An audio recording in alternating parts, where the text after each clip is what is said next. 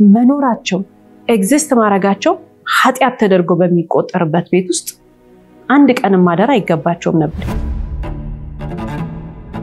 ያንዳንድ ሰው ሐሳብ የብዙ ሰዎችን ጨለማ ያበራል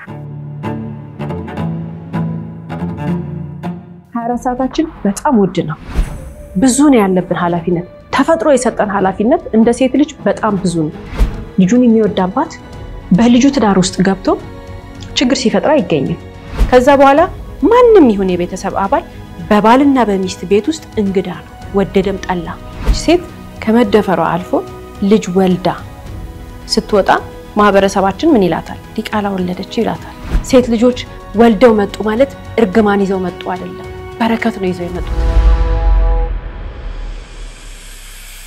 ሰላም የስለውት ፕሮግራም ተከታታዮቻችን ስለ ህይወት ቲቪ በየሳምንቱ በዚህ ሰዓት ይዞላችሁ የሚቀርበው ፕሮግራማችን አሁን ይጀምራል ስለ ህይወት ፍርድ የተሰጠባቸውን እውነተኛ ወንጀል ታሪኮችን ለእናንተ ተመልካቾች በድራማ መልክ ያቀናበርን ይዘን የምንቀርበው ፕሮግራም ይሆናል የዛሬውን ፕሮግራም ይዤላችሁ የቀረብኩት እኔ ብስራት ገመቹ ነኝ እስከ ፕሮግራማችን ፍጻሜ ድረስ አብራችሁ እንድትቆዩ ጋብዛለን እናመሰግናለን የዛሬው ባለ ታሪካችን ይህችኛዋ ወጣት ወደዚህ ቤተሰብ ስትመጣ በጣም የምትወደውን ለረጅም ዓመት ልታገባው የተመኘችውን ወጣት ልክ እንደሷ እሱም የሚወዳትን ግለሰብ አግብታ በትዳር ሲተሳሰሩ አንድ እርግጠኛ የሆነችበት ነገር አለ ምንድነው ደስተኛ ሆና እንደምትኖር በፍቅር የተገናኙ ሰዎች ናቸው በጣም ይተሳሰባሉ አብረው መጪ ዘመናቸውን አንድ ላይ ለማሳለፍ ሲያስቡ ግን ይዟት የመጣው የት ነው ቤተሰቦቹ ቤት ይዟት ሲመጣ እሱ በጣም ደስተኛ ነበር ከሚናገረው ከሚገልጸው በላይ በተግባር እያሳያት ነበር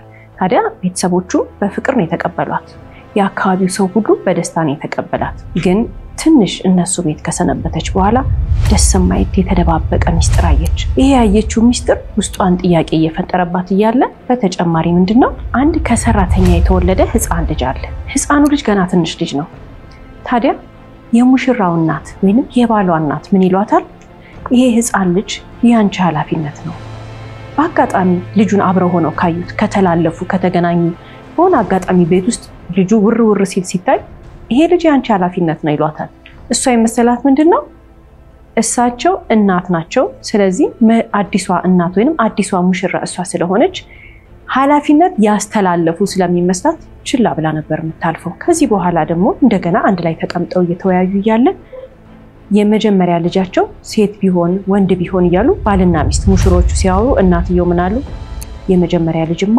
ተወልደዋል አላት ግራ ገባት በርግጥ ይህች ሰራተኛ በዚህ ቤተሰብ ውስጥ ልጅ ወልዳለች የወለደችው በእርግጠኝነት ወይ ከባልየው ነው ወይ ከአባትየው ታዲያ ይሄ ትልቅ ሚስጥር በዚህ ቤተሰብ ውስጥ ተደብቆ ሲቀመጥ ማንንም ሰው ምንም አይነት ጥያቄ አላስነሳም ነበር አሁን ግን ይሄንን ሁሉ ሚስጥር በአንድ ሰው አማካኝነት ተጋልጦ ይወጣል አባትየው ነው ወይንም ደግሞ ሙሽራው ልጃቸው ነው የዚህ ህፃን ልጅ አባት የሚለውን ግን አጋልጣ የምታወጣው ማናት አዲሷ ሚስት ሙሽራ ነች እናት በፍጹም የሳቸው ባል የልጁ አባት በምንም ተአምር ከሰራተኛ አልወለደም ብለው ወገባቸውን ይዘከራከራል አዲሷ ሙሽራ ደግሞ አይ ይሄማ የሙሽራው ወይንም ደግሞ የአዲሱ ባሏ ልጅ እንዳልሆነ እሷም እርግጠኛ ሆና ተከራከራለች በዚህ መሃል ነበር እንግዲህ ማንንም ያልተመለከተው ከባድ የሆነ ግጭት የተፈጠረው እናት ባላቸውን ይከላከላሉ ሙሽሪትም ባሏን ትከላከላለች በዚህ መሃል ወንዶቹም የኔ አይደለም ብለው እየካዱ አባትና ልጅ ሰራተኛ አላስወለድኩም ይያሉ ሁለቱ እየተከራከሩ ከዚህ በኋላ ነበር እንግዲህ ማንንም ባልጠበቀው ሁኔታ በቀላሉ የተጀመረ ጸብ ወደ ወንጀል የተቀየረውና አንድ ሰው አንድን ሰው ጎድቶ አንድ ተጎጂ አንድ ደግሞ ወንጀለኛ የሆነው ታዲያ ሙሽሪት የባሏን እናት ጎዳች ወይንስ እኚህ ለዘመናት አፍኜ እኖራለሁ ብለው ሚስጥር ያደረጉትን ነገር ድንገት ወደ ቤታቸው የመጣች ሙሽራ ሚስጥራቸውን ልታጋልጥባቸው ነው ያሉ እናት አዲሷ ሙሽራ ጎዱ አባትና ልጅስ አንተን ያስወለድከው ተባብለው ተጋጩ አንድ ሰው ዞሮ ግን ተጎጂ ነው አንድ ሰው ደግሞ በከፍተኛ ሁኔታ ጉዳት ደርሶበታል ማን እንደተጎዳና ማን ደግሞ ወንጀል እንደፈጸመ በዛሬ ስለ ፕሮግራማችን ይዘንላችሁ ቀርበናል እስከ ፕሮግራማችን ፍጻሜ ድረስ አብራችሁን ቆዩ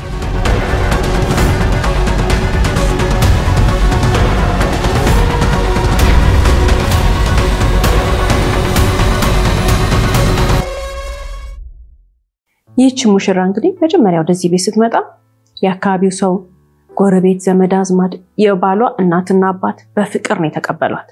በፍቅር ሲቀበሏት ደግሞ እዛም ቤት ድግስ ትጠራለች፣ እዛም ቤት ድግስ ትጠራለች። ሰርጉ ካለፈ በኋላ መልስ ካለፈ በኋላ ቅልቅል ካለፈ በኋላ ራሱ እረፍት አላገኘችም ነበር። በጣም ተወዳለች።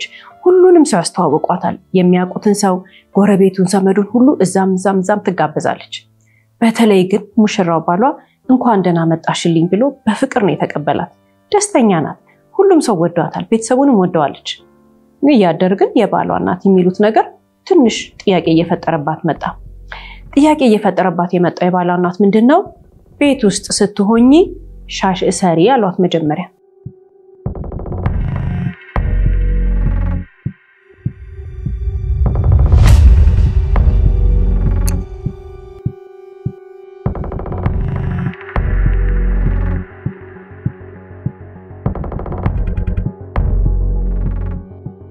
ዝም አለች። ቀጠሉና ደግሞ አረማመድሽ እንደዚህ ነው መሆን ያለበት፣ አለባበስሽ እንዲህ ነው መሆን ያለበት፣ ጥፍርሽን አሳጥሪ፣ በተለይ ቀለም እንዳትቀቢ፣ ጸጉርሽን በፍጹም ቀለም መቀባት የለብሽም። ቀለም መቀባት አሏት በእርግዝና ጊዜ ጸጉር ቀለም ስትቀቢ እንደዚህ ያደርግሻል። ስለዚህ ቀለም የሚባል ነገር እንዳትቀቢ፣ ስትራመጂ አረማመድሽ እንደዚህ ነው መሆን ያለበት። ልጅቷን አዲስ ማንነት በሳቸው ቅርጽ እየቀረጿት ነው። ግራ ገባት። ገና መምጣቷ ነው። ስትበይ ስትጎርሺ አጎራረስሽ እንደዚህ ይሁን ይሏታል። ቡና ስትጠጪ ሲኒውን እንደዚህ ያዥ፣ ውሃ ስትጠጪ በዚህኛው ብርጭቆ ጠጪ። በቃ ሙሉ ለሙሉ ከዚህ በፊት ኖራ እንደማታውቅ እንደ አዲስ እየሰሯት።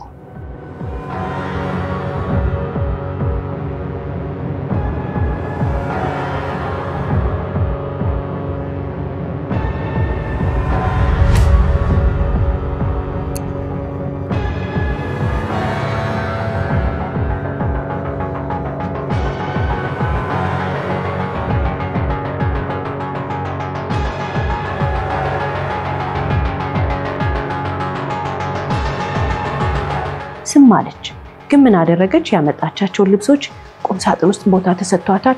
እጥፍጥፍ አርጋ አስቀመጠቻቸው። እዛ ቤት ውስጥ እቃዎቿን በደንብ አስተካክላ ለመኖር ስትወስን አንድ ነገር ለመቻል ነው። ምን?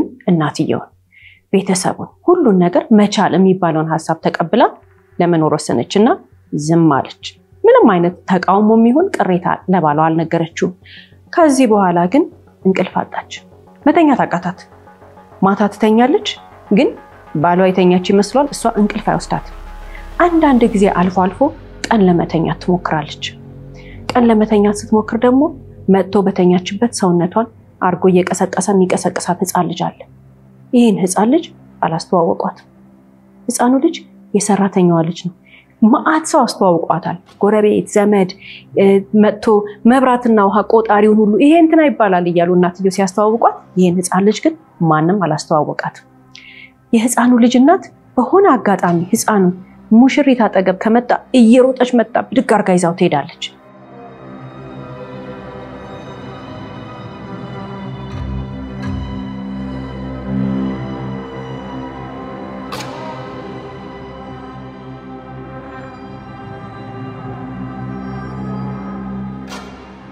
የቤት ሰራተኛዋ ግን ቀና ብላ ታያት። ቤት ውስጥ ማንንም አታናግርም። ምግብ ታቀርባለች፣ ታጸዳለች። ልጇ መጥቶ ከተቀላቀለ እየሮጠ ነው ይዛ መጣ የምትወስደው። በጣም የገረማት ነገር የእናትየው ወይንም ደግሞ የቤት ሰራተኛዋ ህፃን ልጇ የሚያሳዝን ትንሽ ልጅ ነው። ያንን ትንሽ ልጅ እየሮጠች መጣ መውሰዷ አይደለም የሚያስገርማት። ለአይኗ እንኳን በአካባቢው ባልነበረበት ሰዓት ህፃኑ ልጅ ጮክ ብሎ ካለቀሰ እናቱ አፉን ታፍነዋለች። ሁላችንም እንደምናውቀው እንግዲህ ህፃን ልጅ አፉን ቢታፈን ድምጽ ያወጣል አይደል? የታፈነ ድምጽ። እሱን ሁላ ሰምታ ምንድነው ይሄ ልጅ በአይን አይታይ ድምጽህም አይሰማ የሚባለው ብላ ይገርማት ነበር። ለመደበቅ ስለሚሞክሩ ነው። የህፃኑ እናት የቤት ሰራተኛዋ አንዳንዴ ምግብ ለማቅረብ ስትመጣ ህፃኑ ልጅ ተከትሏት ከመጣ ቆይ ትለዋለች። በሩ ጋር እዚህ ጋር ቆመ ጠብቀኝ ትልና እሷ ምግቡን ወይ እቃውን ወይ ታዘዘችውን ነገር ለማድረግ ትሞክራለች። ህፃኑ ልጅ ግን ህፃን ነው። እናቱን እየሮጠ ከኋላ ቀሚሷን ይዞ ሁሉንም ሰው ይከተላል፣ ያዋራቸዋል። የሙሽራው እናት ግን የዚህ ቤት ባለቤት የዚህ ቤት እማወራ የምትባለው ሴት ግን በሆነ አጋጣሚ ህፃኑን ካገኘችው በምላሷ በመታወጣቸው ቃላቶች ሁሉ ህፃኑን አሳቃው ታሯሩጣለች። ሂድልኝ ከፊቴ ነው የምትለው ሁሌ። በዚህ ሁኔታ ኑሮ ሲኖር ይህች ሙሽራ ግራ ይገባታል። ይሄ ህፃን ልጅ ምንድነው ብላ ውስጧ የተጨነቀው ነገር ነበር። የሁሉ ነገር ጥያቄ ግን በአይምሮዋ የነበረው በአፏ እንዲወጣ ያደረገው ወይም በቃላት ይሄ ልጅ የማን ነው እንድትል ያደረጋት አጋጣሚ ግን የተፈጠረው ሙሽራ ሆና በእነሱ ቤት ውስጥ ሰንብታ እረፍቷን ጨርሳ ስራ ልትገባ ሲሆን አንዲት ጎረቤት ምን አለቻት? ስራ ከመጀመርሽ በፊት ልጋብዝሽ፣ ቡና ጠጪ፣ ሁሉም ሰው ጋብዞሻል፣ እኔ ግን ምንም ነገር አላረኩልሽም ብላ ቡና እንድትጠጣ ጠራቻት ማለት ነው። ታዲያ እቺ ጎረቤት በደስታ ቡና እየጋበዘቻት እያለ አንድ ሐሳብ ተነሳ። ምንድነው? እንዴት ነው ትዳር ለመድሻቸው ወይ እንዴ? የባልሽ እናት እኮ ኃይለኛ ናቸው ይሏታል። በዛ ላይ እቺ ጎረቤት እንግዲህ ለመሆኑ ብላ የጠየቀቻት ጥያቄ አለ። ቀጥሎ ምንድነው እየጠየቀቻት ነው? ልታስጠነቅቃት ወይንም ደግሞ ቀድማ መረጃ ከሌላት ልትሰጣት ነውና ለመሆኑ የሰራተኛው ልጅ ከሰራተኛ የተወለደው ልጅ የማን ልጅ ነው አሉሽ ብላ ጠየቀቻት። ማንንም አልነገረኝም ስለዚህ ህፃን ልጅ አለች። እንዴ ሳታጣሪ ነው የገባሽው? የህፃኑ ልጅ አባት ማን እንደሆነ አልነገሩሽም ብላ ሳቀች። የባልሽ እናትና አባት በአጠቃላይ ቤተሰቡ ሚስጥራቸው እንኳን ላንቺ ለኛም አይነገረንም አለቻት። እንደዚህ ሁሉ አመት ገና ተጋብተው ሲመጡ የገዙት ቤት ነው አለቻት። እንደዚህ ሁሉ አመት አብረን ኖረን ሚስጥራቸው ግን በጣም ድብቅብቆች ናቸው። ግን አለቻት አንድ ነገር አለ፣ የዚህ ህፃን ልጅ አባት ወይ አባትየው ናቸው ወይ ያንቺ ባል ነው አለቻት። ግራ ገባት። ግን እኮ ማንንም ሚስጥሩን የሚያውቅ የለም፣ ሁላችንም ብንሆን እየጠየቅን ነው የምንኖረው። ኃይለኛ ናቸው ግን እናቱ የባልሽ እናት ኃይለኛ ናቸው። ስለዚህ አንድ ሚስጥር ሳይወጣ ማንንም ሳያቀባቸው ይሄው ጸጥ ብለው እየኖሩ ነው። ግን ሁለቱም ክደዋል አሏት። እንዴ ታዲያ ሁለቱም ከካዱ አለች ሙሽራዋ። ደግሞ አባትየው የሷ ባልም ሁለቱም ከካዱ የቤት ሰራተኛዋን ለምን እናትየው ማኖር ፈለገች? ለምን ሚስጥር ማድረግ ፈለገች? ይሄና ህልስ ነገር ይዛ ቤቷ ለምን መኖር ፈለገች? ህፃኑንም ልጅ የቤት ሰራተኛዋንም ለምን ከዚህ ቤት አታስወጣቸውም አለቻት። ትክክለኛ ጥያቄ ነው የጠየቀቻት። ለምን አታባራቸውም? ለምን አታስወጣቸውም? ለምን ሂዱ አትላቸውም አለች ሙሽሪት ስትል ጎረቤቷ ሳቀች። እጇን እንደዚህ ያደረገች አንቺ ደግሞ ሞኝ ነሽ አለቻት። ለምን ምንድነው ሞኝነቴ ብላ ግራ ገባት ሙሽሪት። ምክንያቱም ትክክለኛ ጥያቄ ነው የጠየቀቻት። ይሄ ህፃን ልጅማ አለቻት ለሚስትየው ማለትም ለባሏ እናት ከባሏ ጋር ተጣምራ ለመኖር ትክክለኛ መፍትሄ ነው። ከዚህ በፊት እኮ ድሮ አለች የባሏ እናትና አባት አብረው ሲኖሩ በትዳር ሁሉ ጊዜ ይጨቁናት ነበር። ሁሉ ጊዜ ደስተኛ አልነበረችም። እንደፈለገ የሚሆን ሰው ነበር። አሁን እኮ ድምጹን ዝግት አድርጎ ተቀመጠ። ለምን? ሰራተኛ አስወልዶ ሰራተኛዋንም ልጁንም ስለያዘችለት ሚስቱ እሱ ሚስጥሩ እንዳይወጣ ልጁም እንዲያደግ ብሎ ዝም አለ። ይሄን ውለታ ስለዋለችለት ነው ህፃኑንም ልጅ ሰራተኛዋንም ቤት ውስጥ ያስቀመጠቻቸው ከባሏ ጋር በሰላም ለመኖር ነው። ከዚህ በፊትም አለቻት አብረው ሲኖሩ ቢያንስ በሁለት ወር በሶስት ወር አንዴ ይደበድባታል። እቃዋን ይዛ ዘመድ ጋር ትሄዳለች። እነዛ ዘመዶች ጋር እኮ እኛ ነን አለች እቺ ጎረቤት። ሄደን ለምነን አምጥተናት ሁሌ የምናስታርቃቸው ኖርማል ነው። እነሱ ቤት ሚስት ወይንም የባህናት እቃቸውን ይዘው በስድሚያቸው አኩርፈው ዘመዶቻቸው ጋር ሄዱ ነበር። ጎረቤት እየለመነ ነበር የሚያመጣቸው። አሁን እኮ እፎ ያለን ሲደባደቡ ድምጽ አንሰማማሉ። ስትባረርም ድምጽ አንሰማማ። ሚስት ነበርሽ የምትባረር የልጁ እናት የሙሽራው እናት። ለምን? ይሄ ህፃን ልጅ ከተወለደ በኋላ ሚስጥራቸው እንዳይወጣ ጸጥ አሉ። ድብድብ የለም፣ ጭቅጭቅ የለም፣ ማንንም ምንም አይልም። ለምን ይመስልሻል ታዲያ? አየሽ የዚህ ህፃን ልጅ አባት ዋናው ትልቁ ሰውዬ አባትየው ናቸው ብላ ጎረቤት ተናገረች። ግራ የገባት አዲሷ ሙሽራ ጎረቤትየውን ዝም ብላ አዳመጠቻትና አሁን ሐሳብ መጠየቅ ፈለገች። ታዲያ ይሄ ከሆነ ያንቺ አስተሳሰብ የኔ ባል ሳይሆን አለቻት አባቱ ናቸው የህፃኑ ልጅ አባት ልጅ ነው የምታምኘው አለቻት። እኔ የሚመስለኝ እንደዛ ነው አለች። እርግጠኛ ነኝ እኔ የሚመስለኝ እንደዛ ነው ብላ እርግጠኛ እንደሆነች ነገረቻት። ታዲያ ለምን ለኔ ነገርሽኝ? እኔ ምን ጨነቀኝ አለቻት። ምክንያቱም ሐሳቤን ታውቂያለሽ አስረድቼሻለሁ ስትላት አይ ግን እኮ አለቻት ደግሞ መልሳ የቤት ሰራተኛዋ አውርታለች። ምን ብላ? የህፃኑ ልጅ አባት ሙሽራው ያንቺ ባል ነው ብላ ነግራናለች። አውርታለች ባፏ አንድ ጊዜ። ለዚህ ነው ግራ የገባን። ሳታቂ የገባሽበት ነገር አለ አጣሪ አለቻት። ሙሽራዋ ግራ ገብቷታል። ግን ሁለት ሐሳብ ላይ ስላለች ማለትም ጫፍና ጫፍ ያለ ነገር የለም መሃል ላይ ናቸው አባትየው የሚሉ አሉ በሐሳብ ልጁ ነው የሚሉ አሉ የትኛው ጋር እንደምትገባ ግራ ስለገባት ዝም ብላ ቤት ከመጣች በኋላ ቤቢ ማሙሽ ምንም አለችና ያባቴ ስም ማን ነው ስምህ ማን ነው ስትለው ሴትዮዋ በጣም ተናደዱ ምን አገባሽ አሏት የማያገባሽ ነገር ውስጥ ልቅ ብለሽ ለምን ትገቢያለሽ ብለው ጮውባት ተቆጧት ማመን እስከሚያቀታ ድረስ ተንቀጠቀጡት በንዴት ሁለተኛ እንደነ ነገር ውስጥ እንዳትገቢ ኑሮሽን አርጊ ያሏትና ተቆጥተዋት አለፉ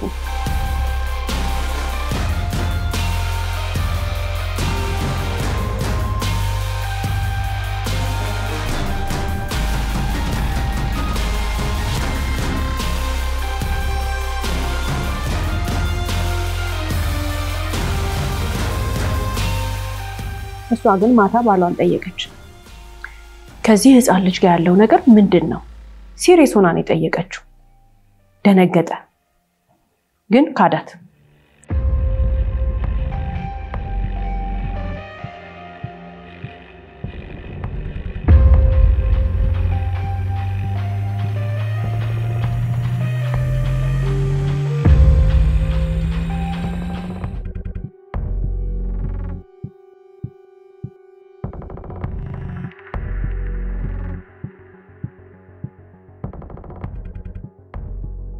በሱ ስም እንደማይጠራም ነገራት ይሄ ህፃን ልጅ አላት በሱ ስም እንደማይጠራ የሱ ልጅ እንዳልሆነ በፍጹም በዚህ ጉዳይ መጨነቅ እንደሌለባት ደንግጧል ክዷታል ግን ደግሞ ምን አደረገ አረጋግቶ ደግሞ እንድታምነው አርጓታል በአሉባልታ አዲስ የጀመሩት ትዳር እንዳይበጠበጥ በአሉባልታ ሰው ሰምታ መጣ ከዚህም በኋላ ቢሆን ህይወታቸው እንዳይበጠበጥ እንድትረጋጋ አርጓ ሳመናት ባሏ ነው አዲስ ሙሽራ ናት ታምነዋለች ትወደዋለች ስለዚህ እሺ ብላ ቀኑን አለፈችው ከዚህ በኋላ እንግዲህ በዚህ ቤተሰብ ውስጥ ሰላም ሰፍኖ ዝም ብሎ ሁሉም ኑሮን እየኖረ ያለ ግን ሚስት የ3 ወር እረፍት ተሰጥቷት ነበር ስራ ቦታ የእረፍት ጊዜው አለቀ ስራ የምትገባበት ጊዜ ደረሰ እንግዲህ በዚህ ቤተሰብ ውስጥ ሲኖሩ እነዚህ ሁለት ሰዎች ሚስት ምንም እንኳን ቤት ውስጥ ተቀመጥ እንጂ ተምራለች አሁንም እየተማረች ነው በጣም ጥሩ ደሞዝ የሚከፍላት መስሪያ ቤት ውስጥ ትሰራለች ማስተርስ አላት እቺ ሴት ጠንካራ ሴት ናት ኮንፊደንስ አላት ራሷን በስነ ስርዓት ስታስተዳድር የነበረች ሴት ናት እሱም እንደዛው በጣም ቆንጆ ስራ አለው የባልና ሚስቱን አላማ ስንመለከት መጪ ጊዜያቸውን ሁለቱም ሰርተው ራሳቸውን ኑሯቸውን ህይወታቸውን እየደገፉ ሊኖሩ ነው አላማቸው ግን ሚስት ስራ የምትገባበት ቀን ደረሰና እረፍቷ አልቆ ጸጉር ቤት ደርሳ ስትመለስ የባሏ እናት የት ሄደሽ ነው አሏት በጣም ኃይለኛ ሴት ናቸው ስራ ስለምትጀምር ጸጉሯን ተሰርታ እንደመጣች ነገረቻቸው ተቆጡ ምን ያደርግልሻል ስራ አሏት የምን ትምርት ነው አሏት አንቺ ምንም የምታውቂው ነገር ስለሌለ ነይና ከዚህ ቤት ስለምትወጡ የራሳችሁ ኑሮ ስለምትኖሩ ነይና ቤት ጓዳውን ላሳይሽ ምን ያደርግልሻል ስራ ምን ልታተርፊ ነው አሏት ከዚህ በኋላ ልጃቸው እንደሚያስተዳድራት እሷ ይልቁን የጓዳውን ስራ መልመድ እንዳለባት ትምርት ምንም እንደማያደርግላት ከዚህ በኋላ ባላት ህይወት ውስጥ ይሄንን መቀበል ግዴታዋ እንደሆነ ከባልሽ እኩል አሏት ወይንም ደግሞ ከልጅ እኩል ማታ ልትገቢ ነው ከስራ እኩል አብራችሁ ልትገቡ ነው አሏት ልጆች ይመጣሉ አሏት በዛ ላይ ትወጣላችሁ የራሳችሁ ኑሮ የምትኖራላችሁ ስለዚህ ነይና ይልቁን ጓዳውን ላስለምድሽ አርፈሽ አሁን ቤት ውስጥ ሆነሽ ትዳርን ምሪ አሏት በጣም ተበሳጨች ፕሮፌሽናል የሆነች ሴት የተማረች ሴት እንደዚህ ኤንቫይሮንመንት አይታ ማታቅ ሴት በጣም ተበሳጭታ መኝታ ክፍሏ ገባችና መልስ አልመለሰችላቸው አለቀሰች ለጓደኞቿም ይሁን ለቤተሰቦቿ አልተናገረችም ለምን በጣም የሚያሳፍር ሐሳብ ነው ለሷ የሆነባት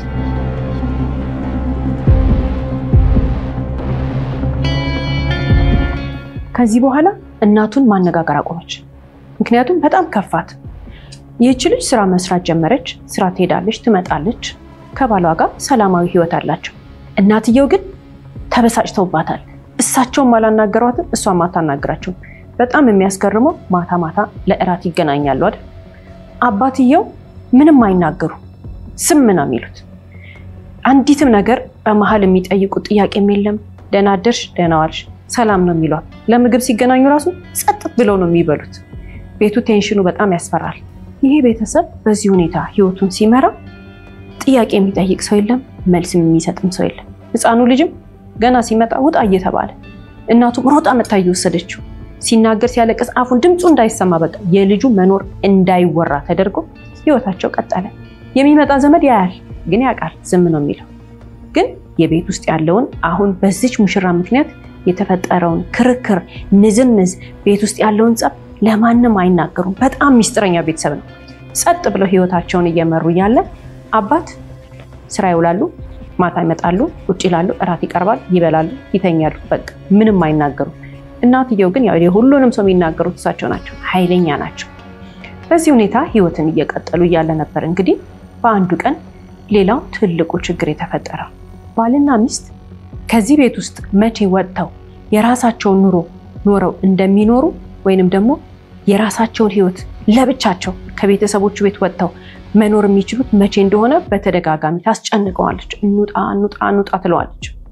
የማያወጡበት አንድ ምክንያት አለ። ምንድነው? ባል የራሳቸውን ቤት የራሳቸውን ጎጆ ሰርቶ አስተካክሎ ጨርሷል። የቀረው በጣም ትንሽ ነገር ነው። ትንሽ የፊኒሺንግ ስራ ስለቀረው እንድትታገሰው አሳምኖ ነው ያመጣት። አሁን እሷ ችኮላዋ የራሳቸው ቤት እንዲገቡ ነው። በዚህ ሁኔታ ተስማምተው እያለ ነው እንግዲህ ህይወታቸውን ቀጥለው እሷ ስራ ትሰራለች፣ እሱም ስራ ይሰራል። እሱ በተጋቡ 10 ቀን እንኳን አልሞላውም ስራ ሲገባ። ለምን? እረፍት ማግኘት አልቻለም። እሷ ግን 91 ቀን ካረፈች በኋላ ነው በ91ኛው ቀን ስራ የጀመረችው። በጣም ብዙ እረፍት ነበራት። አሁን ስራ ከጀመረች የተወሰኑ ጊዜያቶች አልፈዋል። ቤቱን ለምደዋለች። ችላው እየኖረች እያለ ግን ከስራ ስትመለስ አንድ ነገር ገጠማት። ይሄ የገጠማት ነገር ምንድነው ያለን እንደሆነ ትልቅ ችግር የሚፈጥር ነገር ነው። እንደዚህ በቋፍ ላይ ያለ በውጥረት መካከል ግን ጸጥ ብሎ እየሄደ የነበረ የዚህም ቤተሰብ ህይወት የሚያናጋ ነገር ነው።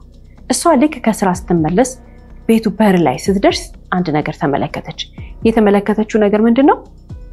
ከአንድ የጤና ተቋም የመጡ 2 ሰዎች ህጋዊ ተቋም ነው ያላቸው ወይንም ህጋዊ ተቋም ነው የላካቸው። መታወቂያቸውን ይዘው መጥተው ህፃናት በየቤቱ አለ ወይ ብለው እነዛ ህፃናት ክትባት በስነ ስርዓት እንደወሰዱ የሚያጠኑ ሰዎች ናቸው። ህፃናቶች የቀረ ክትባት ካላቸው አስከትቡ የሚሉ የመውሰድ ያለባቸው ክትባት ካለም ደግሞ በዚህ ጊዜ ወሰዱና እንደዚህ አይነት ክትባት አስከትቡ የሚሉ አዲስ የመጣም የተፈራ ወረርሽኝ ካለ እሱ ለመከላከል ደግሞ እንደዛው ይሄን አድርጉ የሚሉ ህጋዊ የሆኑ የጤና ባለሙያዎች ናቸው። መተው እየመዘገቡ ነበር። ስለዚህ በራንኳኩ። እዚህ ቤት ህፃን አለ ብለው ጠየቁ። አለ አይደል የሰራተኛው ልጅ? አዎ አለ አሉ። የሙሽራው እናት። እሺ የህፃኑን የክትባት ወረቀት አምጡ ተባሉ። አሳዩ። ሄደው ይዘው መጡ። የክትባት ወረቀቱን አሳዩ። ከዛ እንግዲህ እሷ እዚህ ጋር የደረሰችው ልትረብሻቸው ግን አልፈለገችም። አላዩአትም። እናትየው ወይንም ደግሞ የሙሽራው እናት ውስጥ ናቸው ግቢ ውስጥ፣ እሷ ከውጪ ናት፣ እነሱም ከውጪ ናቸው። ቆመው ነው የሚቀበሉት ወረቀቱን አይደል? ከዚህ በኋላ ቆማ አየቻቸው። ለምን እንዳትረብሻቸው። ህፃን እንትና አሉ ከክትባት ወረቀቱ ላይ እያነበቡ። ህፃን እንትና ተብሎ የአባቱ ስም የሷ ባል ሙሽራ የቀረ ክትባት የለውም። በዚህ ጊዜ ግን አንዲት እንደዚህ አይነት ክትባት ስላለችው ሳትረሱ አስከትቡት ብለው ወረቀቱን ለእናትየው ሰጧትና የክትባት ወረቀቱን ተመልሰው ሄዱ። የሙሽራው እናት እዚህ ጋር ከሙሽራዋ በላይ ደንግጠዋል። እሷ በሰማችው ነገር ደንግጣለች። እሳቸው ግን ሙሽሪት የሰማችው ነገር ጣጣ እንደሚያመጣ አውቀዋል። ስለዚህ ምን አደረጉ? ባላቸውን ጠሩ። የሙሽራውን አባት ጠሩና ና ቁጭ በልና ይች ልጅ እናነጋግራት፣ ምክንያቱም እሷ ውስጧ ተቆጥቷል። እስከዚህ ሰዓት ድረስ እንግዲህ እኚህ እናት የሙሽራው እናት አያናግሯትም ነበር። ሙሽሪት ስም ብለዋት ነበር። ቁጭ ብለው ሲነጋገሩ ግን ተቆጣች። ምንድነው የምትደባበቁት? የዚህ ልጅ አባት ማን ነው? በትክክል ማወቅ ፈልጋለሁ አለቻቸው። አሁንም መልስ መመለስ አልፈለጉ። ምን ያገባሽ አሏት። አባትየው ለማረጋጋት እየሞከሩ ነበር። አባትየው ዝም ብለው መጀመሪያ እሷ ስታወራ አንገታቸውን ያቀርቀር ሄደፉት። ምንም አልተናገሩ። እናትየው ግን አንድ ነገር አሉ። እዚህ ነገር ውስጥ እጇን ማስገባት የማታቆም ከሆነ አሁኑኑ እቃዋን በጠቅላላ ይዛ ከቤቱ እንድትወጣ ይህንን ነገር መጠየቅ እንድታቆም ነገሯት። እሷም በጣም ተናደደች፣ ተቆጣች። ሊስማሙ አልቻሉ። እንዲስማሙ ነበር አይደል እናትየው ያስቀመጠች ቁጭ ብለው ስብሰባ እንዲያደርጉ የወሰነችው። አያለች ትክክለኛው ነገር መውጣት አለበት ብላ አቋም ስትይዝ እናትየው በኃይል ተናገሯትና ከቤት እንድትወጣ አረጓት። በዚህ ሁኔታ ከሳቸው ልጅ ጋር ወይንም ደግሞ ከሙሽራው ጋር መዝለቅ እንደማትችል እርግጠኛ ሆነው ነገሯት። ከልጄ ጋር ትዘልቂ ማለት በጣም አዘነች። እሷም ተቆጣች። አባትየው ግን ብልጥ ናቸው። የተለያየ ክፍል ወሰዷቸው። ጭቅጭቅ ጠረጴዛው ላይ አንስተው የተለያየ ክፍል ወሰዷቸውና ልጃቸው እንዳይሰማ አድርገው የተፈጠረውን ነገር አሳምነዋቸው ቀኗ አለፈች።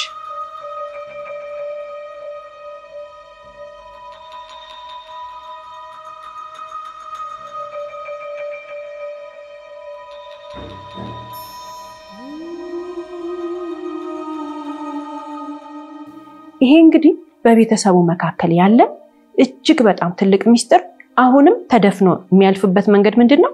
አባት ለምነው እሷን ሙሽሪትን ሚስታቸውንም ለምነው ነገሩ ተደባብሶ አለፈ ማለት ነው። ማንም ህፃኑ ልጅ የሚያናግር የለም። ማንም የቤት ሰራተኛዋን የሚያናግር የለም። የቤት ሰራተኛዋ ዝም ነው የምትለው። በቃ ስራዋን ብቻ ትሰራለች። ልጇ ሰው ጋር ከሄደ እየሮጠ መታ ታመጣዋለች። ከዚህ ውጪ ምን የምታረገው ነገር የለም። ግን እናት ባንዱ ቀን ይሄ ነገር ተረሳስቶ ሰነበተ። በዚህ ሁኔታ ኑሯቸውን ቀጥለው ነው እንግዲህ በአንዱ ቀን እናትየው ያልጠበቁት ነገር መጣባቸው። የሙሽራው እናት ምን ተባሉ? በቃን፣ በዚህ ሁኔታ አንኖርም፣ ከቤት ልንወጣ ነው አሏቸው። ሙሽሪት ልጃቸው ሙሽራው እና የቤት ሰራተኛዋ ህፃኑን ይዛ ይሄን ሁሉ ነገር ያስተባበረችው ሙሽሪት እንደሆነች ያውቃሉ። ምክንያቱም በቤታቸው ውስጥ እሳቸው እንዲህ አይነት ነገር እንኳን ሊደረግ አይታሰብም። ደነገጡ። የልጃቸውና የሚስቱ መውጣት አይደለም ያናደዳቸው። የቤት ሰራተኛዋ ግን ጉልበት አቅም አግኝታ ልጇን ይዛ እንደምትወጣ ተናገረች። እሱ ከዚህ በፊትም ይፈልግ ነበር፣ ግን የሚያግዘው ሰው አልነበረም። አሁን ሚስቱ አዲሷ ሙሽራ ስትመጣለት ጉልበት አገኘ። ተናገር ያለ እናቱ ይሄ ህፃን ልጅ የሱ ልጅ እንዳልሆነ፣ ህፃኑ ልጅ የራሱ ያንቺ ባል የሱ ደግሞ አባት እሱ እንደሆነ ትልቁ ሰውዬ እንደሆኑ ተናገር ያላት። ለምንድን ነው እስከመቼ ነው የሚደበቀው? ምክንያቱም ዝም ብዬ እንኳን እሺ ብዬ ብቀጥል አለ ከሚስቱ ጋር ከሙሽሪት ጋር ያለው ህይወት እየተበላሸ ስለመጣ እውነቱ መውጣት አለበት አለ። በዚህ በኩል ደግሞ የቤት ሰራተኛዋ በዚህ ሁኔታ መኖር እንደበቃት ተናገረች። ለተወለደው ህፃን ልጅም ቢሆን እንደዚህ የተደረገ እንደዚህ የተመናጨቀ እንደዚህ የተሰደበ ህፃኑ ልጅ መኖሩ ትክክል እንዳልሆነ ተናገረች። ይሄንንም ሞራል የሰጠቻት ማናት? ሙሽሪት ናት። ጊዜ ወስዳ እያሳመነቻት ሰንብታለች። ከዛ በተጨማሪ ደግሞ በጣም የሚያሳዝነው ነገር ሙሽሪት የሰማችው ነገር አለ። እሷም አሁን ለእናትየው ወይንም ደግሞ ለባሏ እናት የምትናገረው ነገር የቤት ሰራተኛዋ በትክክል ከማን እንደወለደች ተናገረች። የእሷ ንግግር ነው ሁሉን ነገር እዚህ ጋር ነገሩ እንዲባባስ ያደረገው። ምንድን ነው ያለችው? ከልጃቸው አይደለም የዚህ ህፃን ልጅ አባትየው ናቸው፣ ትልቁ ሰውዬ ናቸው አለች። ከዛ በተጨማሪ ፈልጋ እንዳልሆነና ግለሰቡ አስገድደው ደፍረዋት እንደሆነ እናትየውም ጠንቅቀው እንደሚያውቁ ተናገረች። ይሄንን ሁሉ ሚስጥር ነው እንግዲህ አፍና እንድትቀመጥ የተደረገችው። ታዲያ ሙሽራዋ በጣም ራራችላት፣ ለህፃኑ ልጅ አዘነችለት። በእንደዚህ አይነት ህይወት ውስጥ ህፃኑ ልጅ ማደግ የለበትም ብላ ስላሰበች ውጪ ብላ ሳመነቻት። አሁን አንድ ላይ ተነጋግረው መጡና ሶስቱም ህፃኑ ልጅ ይዘው ሊወጡ እንደሆነ ነገሯቸው። የዛኑ ቀን ከተናገሩ በኋላ አሁን እቃችን ይዘን እንወጣለን አሉ። እናት ሁሉ ነገር ገንብተው የመጡት ነገር በጠቅላላ ተራራ ሆኖ የነበረ የተናደባቸውን ይመሰላቸው። በቃ ህይወታቸው ኮላፕስ አደረገ በሳቸው ጭንቅላት ውስጥ። ስለዚህ ተቆጡ፣ ዝም ብለው አዩአቸው፣ ተናደዱ። ማንም ይሰማቸው የለም። በፊት እንደዛ ጩኸታቸው ሲሰማ ሁሉም ሰው የሚንቀጠቀጠው፣ አሁን ግን ማንም ይሰማቸው የለም። ጭራሽ ወስነናል አሁን እንሄዳለን አሉና የሚለብሱትን ልብስ የሚጠቀሙበትን ዕቃ ለማዘጋጀት ከክፍሉ ወጡ።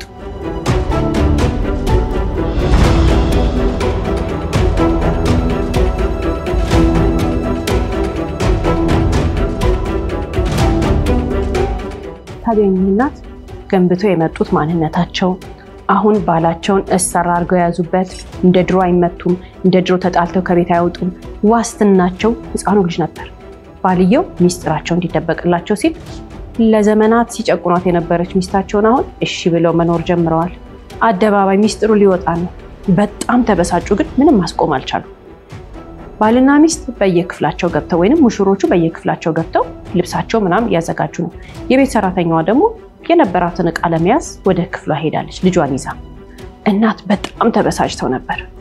ከዛ በኋላ ግን ምን አደረጉ? ቀጥ ብለው ተራምደው ሄደው አንቺ ነሽ ብለዋታል። መጀመሪያ አንቺ ነሽ፣ አንቺ ከመጣሽ ነው ይሄ ቤት እየተበጠበጠ ያለው፣ ዝም በይ ብለው ነግረዋት ነበር አይደል? እሷ ነች ብለው አሁንም ቁጭ ብለው አሰላሰሉ። አንቺ ነሽ ቤቴ መጥተሽ ቤተሰቤን ይበጠበጥሽ፣ አንቺን ካገባ በኋላ ነው ልጄ ህይወቴ የተመሰቃቀለው እያሉ በጣም ሲወተውቷት ነበር። የዛን ሰዓት ላይ ሲቆጡ ሲራገሙ ነበር። ስለዚህ እንዲህ ያደረገችኝ ብለው ያሰቡትን ሴት ለመጉዳት አሰቡና ኪችን ሄደው ትልቅ የሽንኩርት ቢላ ይዘው መጡ። ከዛ በኋላ ወደ እቃ የሚያዘጋጁበት መኝታ ክፍል ነው ሄዱት።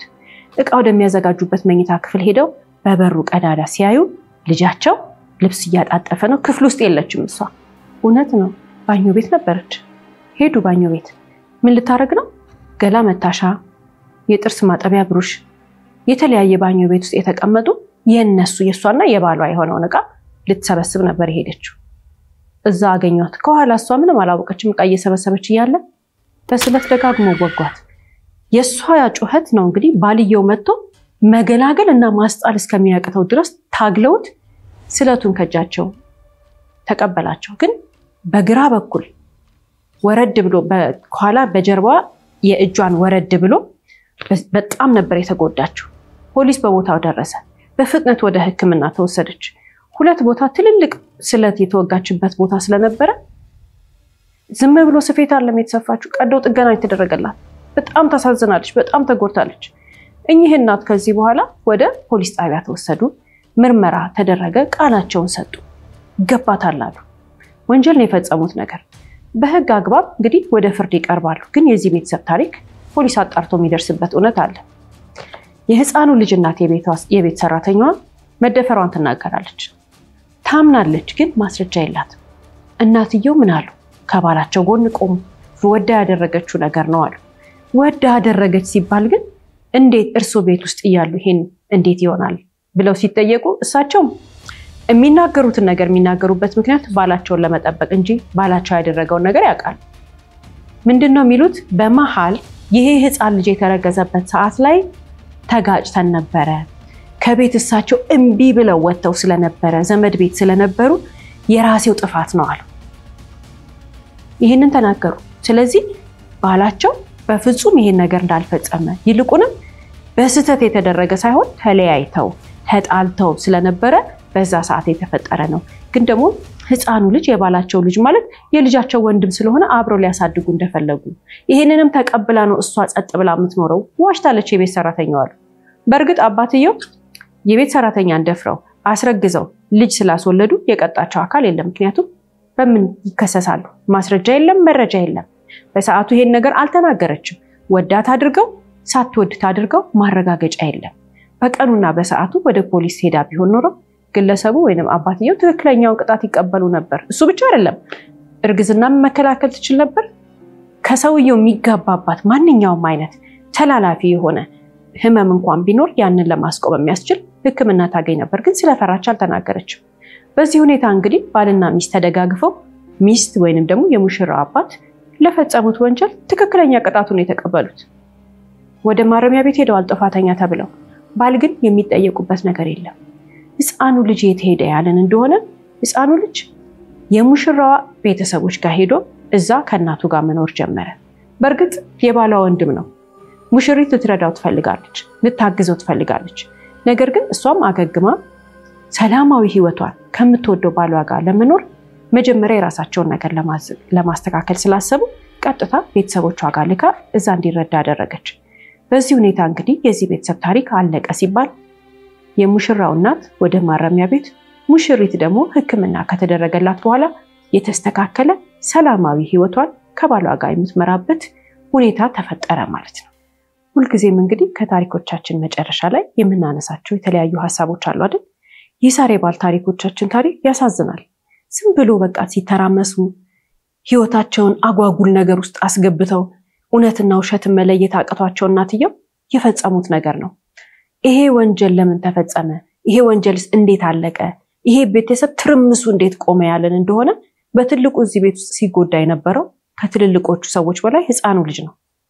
እውነት ተደብቆ አለ፣ ይኖራል፣ ግን እንዳይኖር ተደርጎ የሚኖር ህፃን ልጅ ነበር። ይሄ ህፃን ልጅ ቦታ ላይ ራሳችንን እናስቀምጥ። በዚህ ህፃን ልጅ ህይወት ላይ ራሳችንን እስቲ ቁጭ አርገን እንየው። እየኖረ ግን ሰው ባየው ቁጥር ተደበቅ እየተባለ እየተሰደበ ህፃን ስለሆነ አይሰማውም አይደለም፣ በደንብ አርጎ ይሰማዋል። ይሄ ልጅ ከኝ ሴት ጋር ከሙሽራው እናት ጋር እስከ 10 ዓመቱ አድጎ ቢሆን እስከ 20 ዓመቱ አድጎ ቢሆን ምን አይነት ልጅ ነበር የሚሆነው? እንዴት አይነት የአይምሮ ህመም እየሰጡት ነበር ሴትየዋ የሚያሳድጉት? ፈጣሪን የገላገለው ማን ያዳነው ያለን እንደሆነ ግን ሙሽሪት ናት። ይሄን ህፃን ልጅ ደርሳለታለች። ይሄን ህፃን ልጅ አድነዋለች። እናቱንም አድናታለች። የፈለገ ነገር ቢሆን እዛ ቤት ውስጥ መኖራቸው ኤግዚስት ማድረጋቸው ኃጢያት ተደርጎ በሚቆጠርበት ቤት ውስጥ አንድ ቀን ማደር አይገባቸውም ነበር። የትም መኖር ይሻላል እዛ ከመኖር። ለዚህ ነው እንግዲህ የአንዳንድ ሰው ተግባር የራሱን ብርሃን ብቻ አይደለም የብዙ ሰው ብርሃን የሚያበራው። የአንዳንድ ሰው ሐሳብ የብዙ ሰዎችን ጨለማ ያበራል። እናትና ልጅ በዚህ ውስጥ የቤት ሰራተኛዋና ህፃን ልጅ ማለት ነው ከጨለማ ወደ ብርሃን ወጥተዋል። ይሄ ሁሉ የማን ኃላፊነት ነው? ይሄ ሁሉ የማን ተግባር ነው? ልክ ነው፣ የሙሽሪት ነው። ሙሽሪት ናት ያዳነቻቸው። ሙሽሪት ናት የደረሰችላቸው። እውነትን ስለተጋፈጠች የሷ እውነት የነሱም እውነት እንደሆነ ስላወቀች ይሄን ያደረገችው። ለዚህ ነው አንዳንድ ጊዜ እውነታችን ነው ጉልበታችን፣ እውነታችን ሐቃችን ነው ጉልበት የሚሆነን። ሐቃችንን መናገር መፍራት የለብንም። እውነትን መጋፈጥ መፍራት የለብንም። በስለት ስለወጓት የተጎዳች ይመስላል። በስለት ሰውነቷን ስላቆሰሉት ስለበጠበጡ ስለረበሹ ተጎዳች የሚሉ ሰዎች አሉ። ግን የዘላለም ጉዳት ነበር የሚፈጠረው። በዚህ ኢንቫይሮንመንት ውስጥ ልጅ ወልዳ ታሳድግ ነበር። በዚህ ኢንቫይሮንመንት ውስጥ ህፃኑ ልጅ ያድግ ነበር። በጣም ብዙ ጉዳት ነበር የሚኖረው። ግን ለትውልድ የሚተላለፈውን ጥፋት ያስቀረችው እሷ ነች። ሁላችንም እንደነዚህ አይነት የተደባበቁ ነገሮች ካሉ መጋፈጥ መቻል አለብን።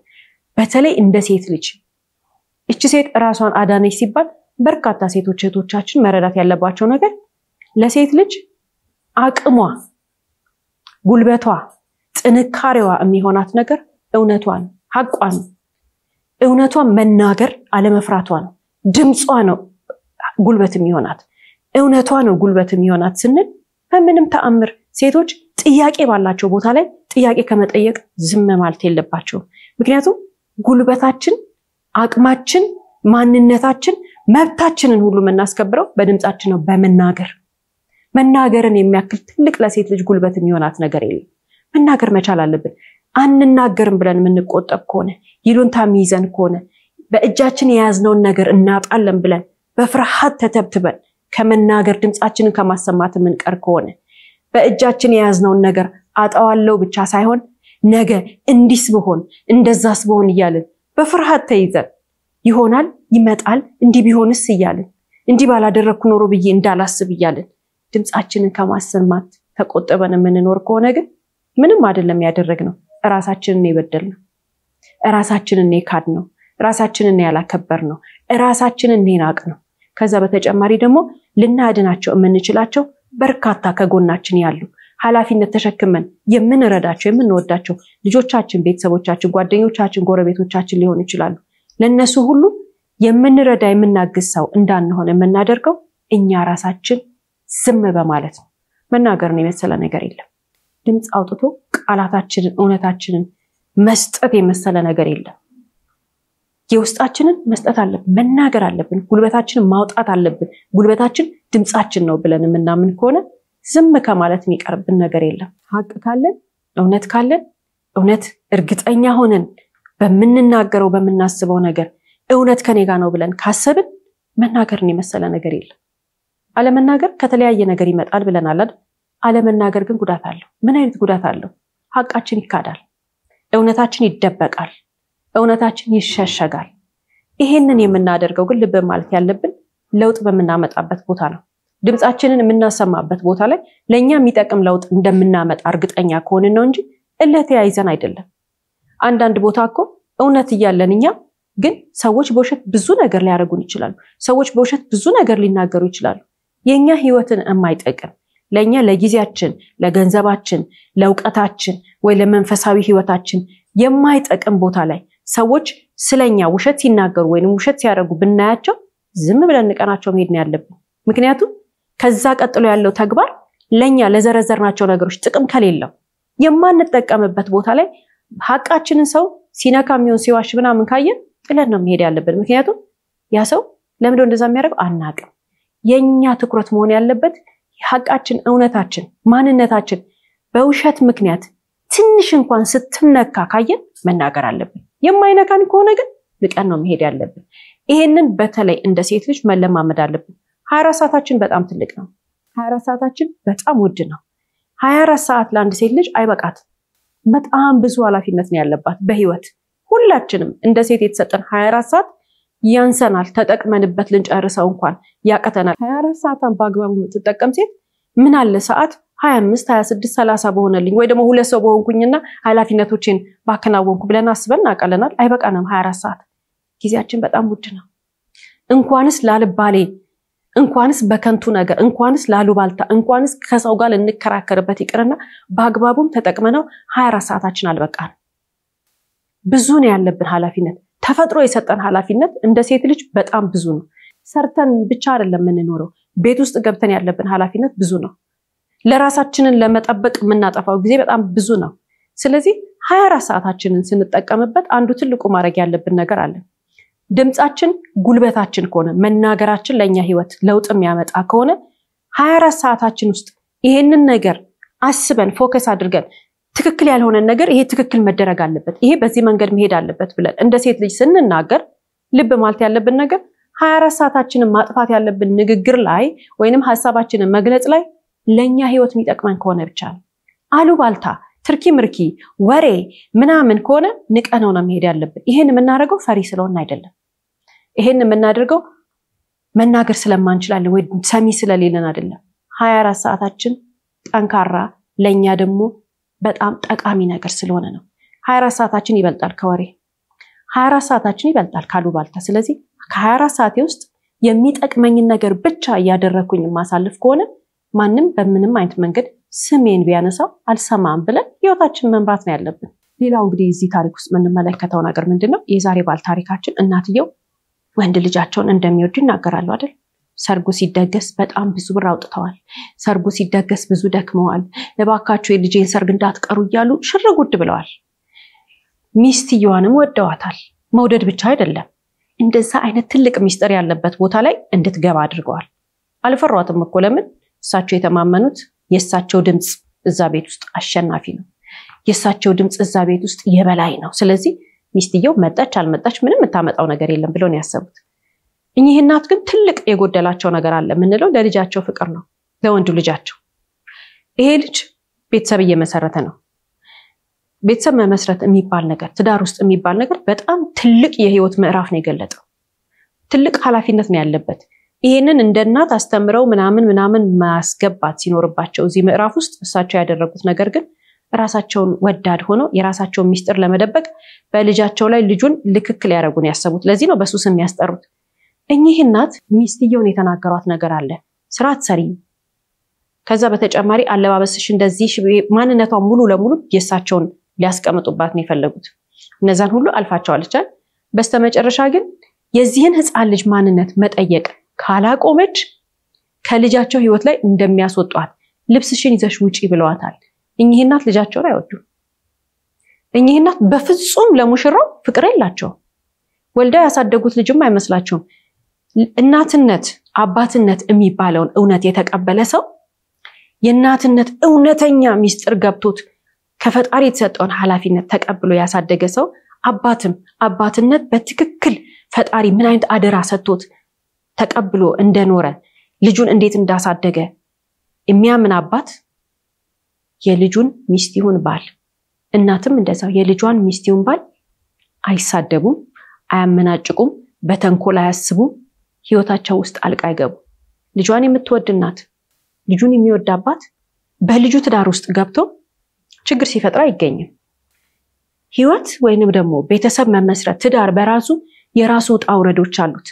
አደልት ወላጅ ለፍቶ ልጁን ያሳደገ ሰው በልጁ ህይወት ውስጥ የሚፈጠር የትዳር ውጣ ውረድን ለመፍታት ህፃናቶች ናችሁ፣ ወጣቶች ናችሁ፣ ልጆች ናችሁ፣ ምን ገጠማችሁ ብሎ ለማገዝ ይተጋል እንጂ ሄዶ እንደገና ችግር እየወለደ አይሰጥም ችግር እየፈጠረ ችግር አይፈጥርም አንቺ እንደዚህ ነሽ አንተ እንደዚህ ነህ እያለ በተጋቢዎች ላይ ገብቶ ነገር ሲፈጥርና ሲለኩስ አይቀመጥም ይሄ የአዋቂ ስራ ወይንም ደግሞ የትልቅ ሰው ስራ አይደለም ማንንም አባት ይሁን እናት ልጁ አግብቶ ወይም ሴትም ይሁን ወንድ ልጁ አግብቶ በሚስትየውና በባልየው መሃል ገብቶ ትችት ሲሰጥ ችግር ሲፈጥር ካገኘ ቀጥታ መሄድ ያለበት ወደ ህክምና ቦታ ነው ምክንያቱም አይምሮ መታከም አለበት ትውልድ ይቀጥላል ቤተሰብ ይመሰረታል ቤተሰብ የማህበረሰባችን ትልቅ አካል ነው ትዳር መመስረት አለበት ልጆች መወለድ አለባቸው እናትና አባት አንድ ላይ በፍቅር መኖር አለባቸው ሲባል ራሳቸውን ለማስተዳደር ብቁ የሆነ ባልና ራሷን ለማስተዳደር ብቁ የሆነ ሴት በሰላም ህይወታቸውን አድርገው እቃ እንግዛ ቤት እንከራይ ልጅ እንውለድ ዳይፐር እንግዛ እንዲናድርግ ብለው በቃ ይበቃቸዋል እሱ ወጣ ወረድ መሃል ላይ ገብተው የሚረብሹ ወላጆችም ይሁን አማች ምራት ምናምን የሚባል ነገር እንደነዚህ አይነት ተግባራትን ሰው ራሱ ሲያገኝ የሰው ቤት ውስጥ ሄዶ እህቴ ወንድሜ ልጄ ምናምን እያለ ሰው ቤት ውስጥ ገብቶ ሲበጠብጥ ካገኘ የማህበረሰባችን ጠላት ነው የባልና የሚስቱን ጠላት ነው የሁላችንም ጠላት ነው እንዲህ የሚያደርግ ሰው ማህበረሰባችን በሰላም እንዳይኖር ኑሮ ላይ ፎከስ እንዳያደርግ ባልና ሚስት ትዳር ቀላል ነገር አይደለም ቤት ማስተዳደር ቀላል ነገር አይደለም እሱን እንዳያስተዳድሩ እንቅፋት የሚሆኑ ሰዎች ስለሆኑ ሁላችንም መተቸት ነው ያለብን ሁላችንም ልክ አይደለም ማለት መገሰጽ መቻል አለብን ይሄ ጠቃሚ ባህል ነው ሰው ቤት ውስጥ ሄዶ ሰው ጥልቅ ማለት የለበት ከዛ በኋላ ማንንም ይሁን የቤተሰብ አባል በባልና በሚስት ቤት ውስጥ እንግዳ ነው ወደደም ጠላ እንግዳ ሲመጣ ይቤት ያፈራውን ይበላል ይጠጣል ይጋበዛል ይሄዳል ከሳሎንም አያልፍም ጓዳ ሰው ጓዳ ጥልቅ አይባል ምንድነው የሰራሽው ምግብሽ አይጣፍጥም ደሞ እንዴት አርገሽ ነው አልጋ ነጠፍሽው እንደዚህ አይደለም እሳቸው የፈለጉት የቤት ሰራተኛ ነው እንዲህ የሚሉ ወላጆች ያሏቸውን ደሞ ፊት የሚሰጡት ማናቸው ሚስት ሙሽሪት የዛሬው ባል ታሪካችን አይነት ሲናገራ ጸጥ የምትለው በርግጥ ስም ማለት ግዴታ ነው በርግጥ ተቻችሎ መኖር ጥሩ ነው ትልቅ ሰው ሲሳደብ ዝም አይባልም ትልቅ ሰው ሲሳደብ መልስ አንሰጥ ጨዋ ስለሆነ ትልቅ ስለሆነ የባልሽ እናት ትልቅ ስለሆነ የባልሽ አባት ግን መተው ያልሆነ ነገር ሲናገሩ ከነሱ ጋር ወርደሽ ታች ንግግር አትናገሪ ማስቆም ግን አለብሽ ማስቆም ግዴታ ነው አንዲት ሴት ልጅ ስትሰደብ አንዲት ሴት ልጅ ስትናቅ አንዲት ሴት ልጅ ስትተች ዝም የምትል ከሆነ ነገ ልጆቿ ያያዋታል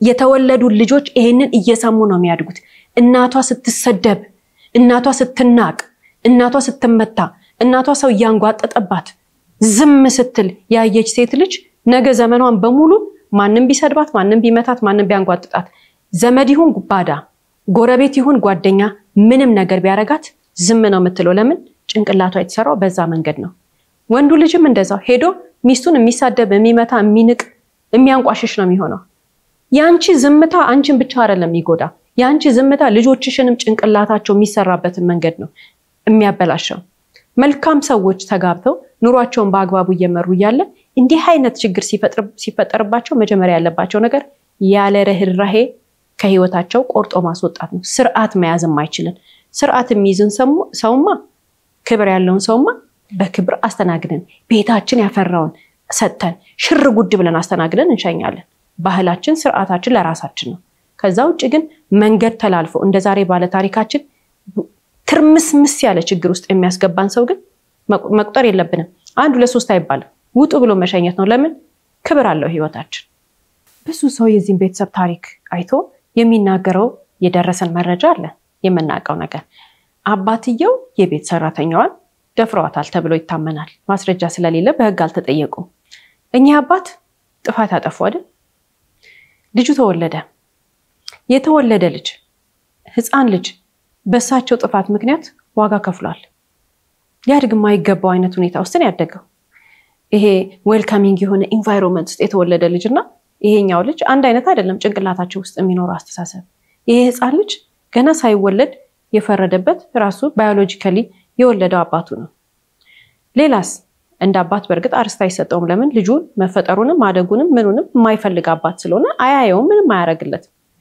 የዚህ ልጅ አመጣጥ በጣም ትልቅ ጥፋት የሆነው በአባትየው ነው ካልን በኋላ ደግሞ እኚህ አባት በጣም ጨካኝ ስለሆኑ በተግባራቸው በስተታቸው ላይ ኃላፊነት የማይወስዱ ስለሆኑ መልሰው ማን ላይ ጨክነዋል? የቤት ሰራተኛዋ ላይ ደፍረው አስወልደው ብቻዋን ልጁን መከራ ተደርጎ እንዲቆጠር ጭነውባት የቤት ሰራተኛ ሆና በድህነት የመጣች ልጅ እንደገና ልጅ እንድትወልድ ካደረጉ በኋላ ደግሞ አሁን መልሰው ደግሞ ችግራቸውና ጥፋታቸውን ለማመስጠት ፈለጉ ለልጃቸው ለገዛ ለወለዱት ለሙሽራው። ከዛ ደግሞ ችግሩ ማን ጋር ሄደ? ሙሽሪት ጋር ሄደ። አንዳንድ ሰው እንደዚህ ነው። አንድ ኃላፊነት ወስዶ የራሱን ጥፋት ማረም ማስተካከል ሲችል የራሱን ጥፋት ለልጅ ያሸጋግራል። እንዳለ ቤተሰቡን በጠቅላላ ያውካል። አንዳንድ ሰዎች እንዲህ ሲያደርጉ አጠገባችን ካየን ካጠገባቸው ቶሎ ነው ማምለጥ ያለብን። ለምን? እኛም በልጣለን። እንዲህ ያደረገ ራሱን ያገኘ ሰው አንድ ጥፋት ሁላችንም እናጠፋለን። አንድ ጥፋት ሲያጠፋ ግን ያጠፋው ጥፋት ለልጆቹ ያጠፋው ጥፋት ለሚስቱ ወይንም ደግሞ ለባሏ ወይንም ለእህት ለወንድሞቿ ለሰዎች በጠቅላላ ችግሩ ሲዳረስ እንደ ተላላፊ ነገር የሁሉን ሰው ህይወት ሲበክል ከተመለከትን ያን ሰው ቆም አድርገን ልናስረዳው ይገባል። ያ ሰው ኃላፊነት መውሰድ ያለበት በራሱ ጥፋት ላይ ነው። እኚህ አባት በቃ አጥፍተዋል አይደል? ኃላፊነታቸውን ወስደው ይህች ልጅ ወይንም ደግሞ የቤት ሰራተኛዋ እንዴት አድርጋ ልጇን እንደምታሳድግ በወር ስንት ብር ተቆራጭ ማድረግ እንዳለባቸው ውስና አድርገው ቢያደርጉ ኖሮ ማንም አይበጠበጥም። ህፃኑን ልጅ እየተሰደበ አያድግም። ህፃኑን ልጅ እንዲህ እየተባለ እየተረገመ አያድግም። ሁሉም በሰላም ይኖር ነበር። ይሄ ነው እንግዲህ አዲሷ ሙሽራ እንኳን በተመለከትነው አይነት ሁኔታ በጀርባዋ በኩል ወረድ ብሎ እጇን የተወጋችው በእኚህ ኃላፊነት በጎደለው ሰውዬ በወሰኑት ውሳኔ ነው። እሳቸው ነው ኃላፊነት የጎደላቸው። እሳቸው ኃላፊነታቸው መወጣት ስላቃታቸው ምን ሆነች? እሷ ተጎዳች። ስንት ሰው ነው ያነካኩት? እንደነዚህ አይነት ነገሮችን ስናይ ሁለት አይነት ነው ያለው። አንድ የሚበደል ሰው አለ፣ አንድ ደግሞ የሳቸው አሉ ጥፋት ያጠፉት። እንዲህ አይነት ሰው እውነትና ውሸት ተምታታበት ነው። እሱ የሚፈልገው ነው እውነት የሚመስለው ወይንም እሷ የምትፈልገው ነው እውነት የሚመስላቸው። እንዲህ አይነት በደል የሚያደርሱ ሰዎች ከእንደነዚህ አይነት ሰዎች ራሳችንን መጠበቅ ዙሪያችን አካባቢያችንን ሁሉ ማዳን ነው። ከቻልን ግን እንዲህ ሲያደርግ የምንመለከተው ሰው አንድ ጥፋቱ ለሁሉም ሰው ሲዛመት አጠገቡ ላለው ሰው ካየን ሐኪም ቤት ነው መውሰድ ያለብን። ይሄ እውነትና ውሸት ተምታቶበታል። ሰው እድሜው ትልቅ ስለሆነ ሰው የበሰለ ስለሆነ የወርገቢው ትልቅ ስለሆነ ስለተማረ አይሳሳትም ብለን ማሰብ የለብንም።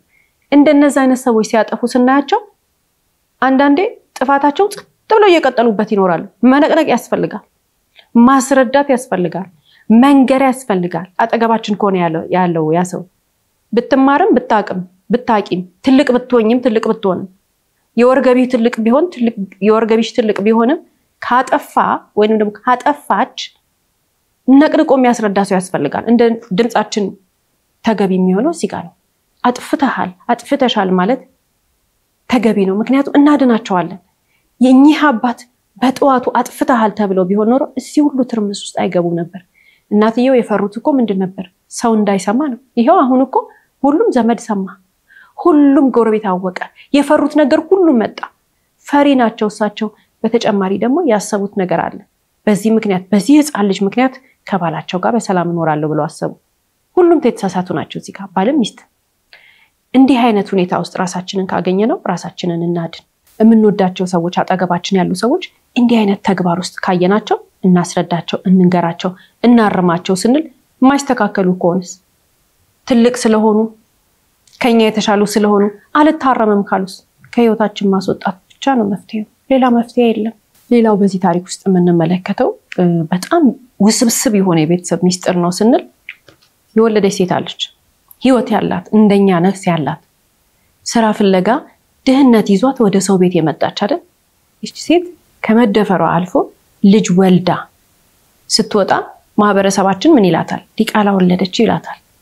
ይቺ ሴት ከዚህ በፊት ስታደርግ እንደነበረው ሄዳ ተቀጥራ መስራት አትችልም። ምክንያቱም ልጇን የሚይዝላት ሰው የለም። የወር ገቢዋ ቀርቷል። ስራ የመስራት እድሏ ጠቦባታል። ከዛ በተጨማሪ ደግሞ የኛ ምላስ አለ። እቺን አታቋትም እንዴ? ካሰሪዋ እኮ ነው የወለደችው። ይሄ ሁሉ የማህበረሰባችን ጫና፣ ይሄ ሁሉ እቺ ሴት ላይ የተደረገ ነገር አንድና አንድ መነሻው ምንድነው? ችግሩ ስላለች ነው። ድህነት ውስጥ ስላለች ነው። ከዛ ተወጣና ደግሞ በጭንቅላቷ ሁሉ የምታስበው ነገር ይኖራል። ምን ገምተው ህፃኑን ልጅ ልትወደው ትችላለች፣ ልትጠላው ትችላለች። ህፃኑን ልጅ ልትወደው የምትችልበት እድል ግን በጣም ጠባብ ነው። ይሄ ሁሉ በህይወቷ የተፈጠረው ነገር የተፈጠረው ህፃኑ ልጅ ከተወለደ በኋላ ነው አይደል? መስራት አትችልም፣ ተቸግራ ነው የምትኖረው፣ ብዙ ነገር ነው የሚደርስባት። ይቺ ሴት ፈልጋ አይደለም የወለደችው አስባ አይደለም የወለደችው ሳታስበው እንኳን ድንገተኛ እርግዝና እንኳን ሆነ ቢባል ከወደደችው ወንድ ይሻል ነበር አይደል እሷ ህፃኑን ስታይ ወዲያው ትዝ የሚላት ምንድነው ያ የተደፈረችበት ደቂቃ ነው ያ መደፈር ውስጥ የነበረችበት ሰዓት ነው ይሄንን ነገር ሁላችን እኔ በሆን ኖሮ ብለን እስቲ እናስበው እናቱ ይሄንን ህፃን ልጅ ከመደፈር ጋር ወይንም ደግሞ በመደፈሯ ምክንያት የተረገዘ ልጅ እንደሆነ ልትነግረው ትችላለች ላትነግረው ትችላለች ሁሉ ጊዜ እየረገመችው ልታሳድገው ትችላለች ደብቃል ታሳድገው ትችላለች እኛ ግን እንደ ማህበረሰብ የምንላት ነገር ግን አስተዋጽኦ አለ እኛ ዝም ካልን ምላሳችንን ሰብሰብ ካደረግን ምናልባት ከውስጧ ያ ነገር ሊወጣ ይችላል ማንንም እናት በየትኛው መንገድ ልጁ ይወለድ ልጇን ትወደዋለች ከውስጧ ከሆዷ ይወጣል ልጅ ትወደዋለች ግን እኛ እንደ ማህበረሰብ የምናረጋት የምንናገራት አጠገቧ ያሉ ዘመዶቿ የሚሏት ነገር ሁሉ ግን ማተር ያረጋል በልጁ ህይወት ላይም ደግሞ ትልቅ አስተዋጽኦ አለው የተደፍረው እህቶቻችን ልጅ ሲወልዱ እኛ እንደ ማህበረሰብ የምንናገረውን ነገር መጠንቀቅ መቻል አለብን ከዛ በተጨማሪ ደግሞ የልጅቷ ይህቺ የወለደችና ተደፍራ የወለደችና እህት አላት ወንድም አላት እናት አላት አባት አላት ሲጀመር መደፈር የሚባለው አርስት በማህበረሰባችን ውስጥ የተደበቀ ነው ማንንም አይናገርም ስለዛ ነገር ከዛ ደግሞ በተለይ በቤት ውስጥ ሰራተኛ ሆነው ተደፍረው ወልደው ልጅ ሲይዙ ወደ ቤተሰቦቻቸው መሄድ ይፈራሉ ለምን ዲቃላ ይዛ መጣች ስለምንላቸው ስንት ነገር ነው እቺ ልጅ የምትችለው ስንት መከራ ነው እቺ ልጅ የምትችለው አንድ ግን ትልቅ ነገር ማለት ያለብን ነገር አለ እንደነዚህ አይነት ፕሮግራሞች ማህበረሰቡን ቀስ ያሉ ይቀይራሉ ብዙ መሰራት አለባቸው ሴቶች እህቶቻችን ግን መስማት ያለባቸው ነገር አለ በተለያየ ሁኔታ በሰው ቤት ውስጥ ይሁን ወይንም ደግሞ በስራ ቦታ ይሁን በየትኛውም አይነት ሁኔታ ውስጥ ሆነው ስራ እየሰሩ